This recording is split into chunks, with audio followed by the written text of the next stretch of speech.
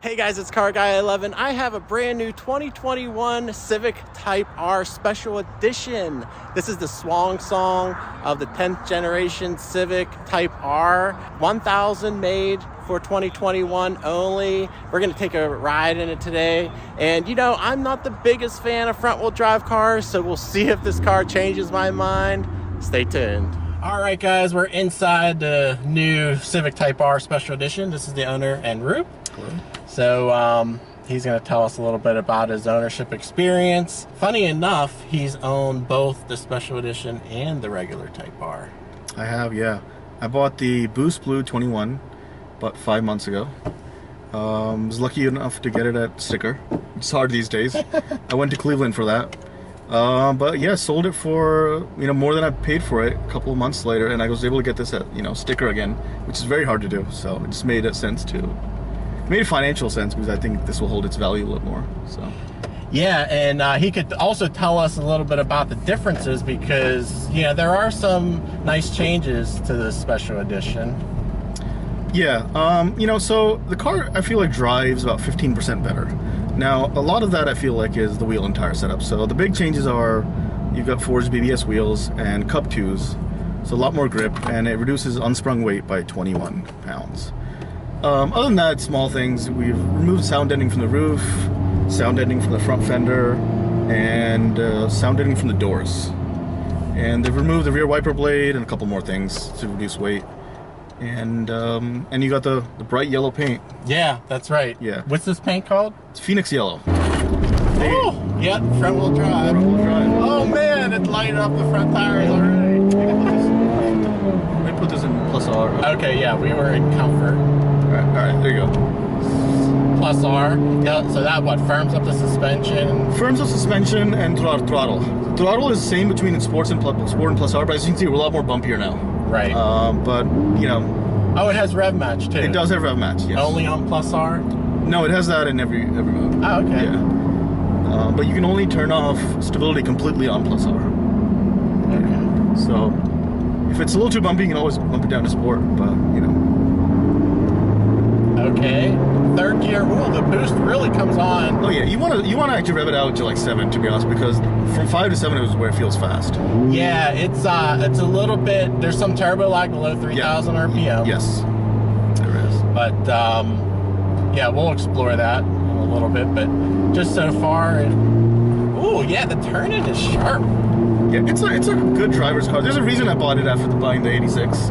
It's a completely different type of car, front wheel drive, huge, gigantic, but it still feels like a driver's car to an extent. Yeah. Well, again, I'm not a huge fan of front wheel drive, but we'll see if this changes my mind. Yeah, me neither. So you do get the spinning of the front wheels. That's hilarious. You do. And these are Cup 2 Michelin Pilot Sport Cup 2 tires. That's true. Too. So now maybe, well, it's warm enough, I think. Yeah. It's probably in the 60s or 70s. It's 66 today. But they're still struggling, and that was not even from a stop. That's yeah, you need funny. to heat them up a little bit. And, I don't have a lot of tread left on these, so there's that. Okay. But you will spin through second if you go full boost. Yeah. Third onwards, you won't. But the handling's, where it shines. Yeah, and I do feel the steering tug a little bit. Yep. With front wheel drive, and that's what you get. So it's not a pure driving experience like a rear wheel drive is, but it's still fun. I feel the suspension a little bit here. A little tight turn here. Oh yeah. These tires are great. Yeah, the tires, like I said, I wonder how much of the limited edition, is the tires. So this did break the Suzuka lap record again for the fastest front wheel drive car. The suspension is firm, but it's not that bad. No, it's not that bad, but compared to a normal Type R, it is. Okay. I think it's actually more compliant than the Supra. Oh yeah, but the normal Type R is known to be very compliant. In comfort, it's more comfortable than a normal Civic, almost. And it's pretty quiet and refined in here. Unfortunately, yes. It doesn't sound the best. And this is without the sound deadening. Yes, and this is with fake engine noise. If I put it in sport, it's even quieter. Okay. Yeah. Yeah, I do need to get an exhaust on this if I plan on keeping the car. How do you like the gear shift? You get a little bit of push, if you turn it up power. Yeah, the metal gear shift, it feels really nice. Yeah. And the shift action is super crisp. Honda makes one of the best manual transmissions. But yeah, and I love the rev match. I have that in the C7. That's an awesome feature.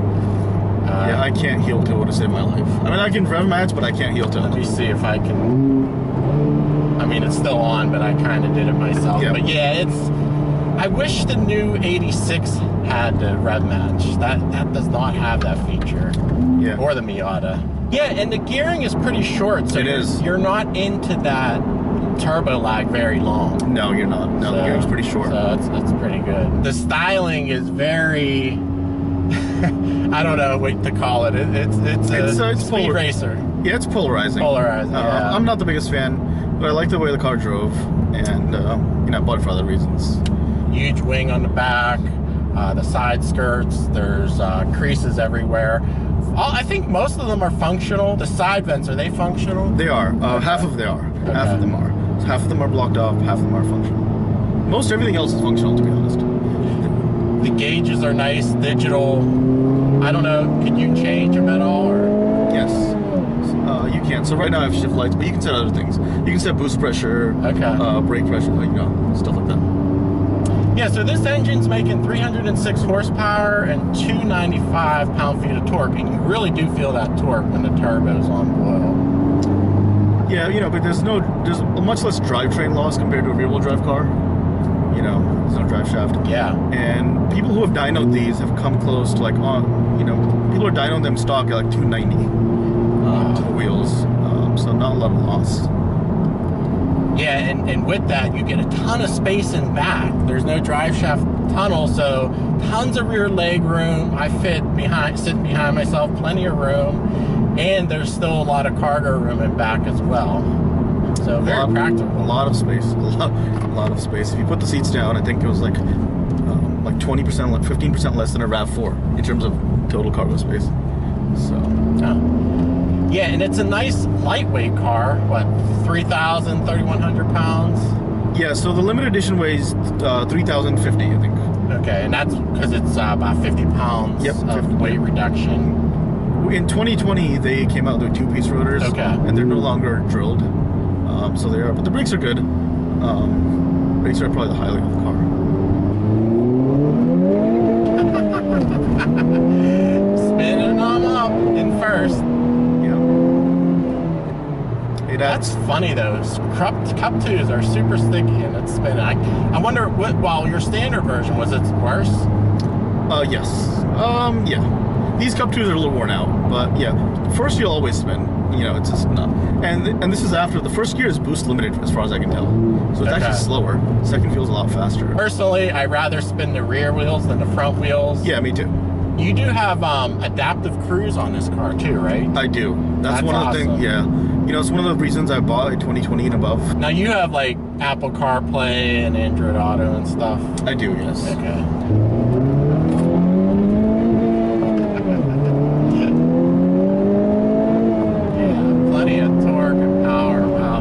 Pushes you back when that turbo's on full.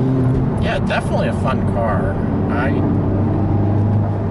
I mean, I'm still not a front-wheel drive fan, but it is fun. Have you driven like the Veloster N? I did. Okay. So the Veloster N is a more fun car. This is way more capable. Okay. But the limits are way higher.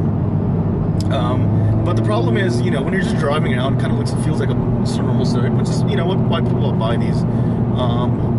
This car feels special when you're pushing it pretty hard. The Veloster felt special, more fun, even, driving like 4/10, 5/10. But yeah, the exhaust is pretty soft in it, or subdued. It's also the Veloster's smaller car, it rotates a little bit, Okay. This does better in higher speed stuff. Yeah, around these bends, it's pretty flat.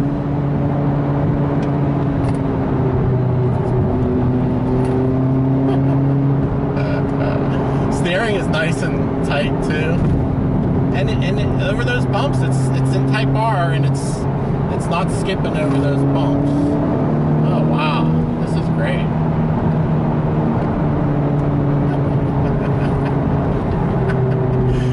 Yeah, this is a fun car. Guys, if you have a Veloster Type N or anything like that, definitely hit me up. I'd like to compare these. I don't have a lot of front-wheel drive cars on my channel. Hit me up on Instagram or Facebook. I also have an email address on my Bouts tab on YouTube, so if you prefer that way. But yeah, I'd love to do some reviews of front-wheel drives. Wow, that I think I would not be able to take that front-wheel drive power in the wet, in the snow. Like if if you were driving this in the winter, that's tough. I mean, you'd have to be very, you know, you can manage it, but there's compromises. There's definitely compromises. You just get used to not. I just don't float from a stop. Yeah. I'm just having fun, but yeah, you could definitely be more gentle. All right, Andrew, thanks a lot for letting me review your car. It's great. I do really like it and enjoy this platform, and can't wait to see what the next generation of Type R is like, because it might be a little toned down in the styling. A lot toned down. You know, there's a 11th gen Civic on my road. I pass by it every day, so I can compare it. It's really toned down, so we'll see though. All right, guys, I hope you enjoyed the video. Give it a thumbs up if you did. Definitely subscribe for more videos, and we'll see you in the next one.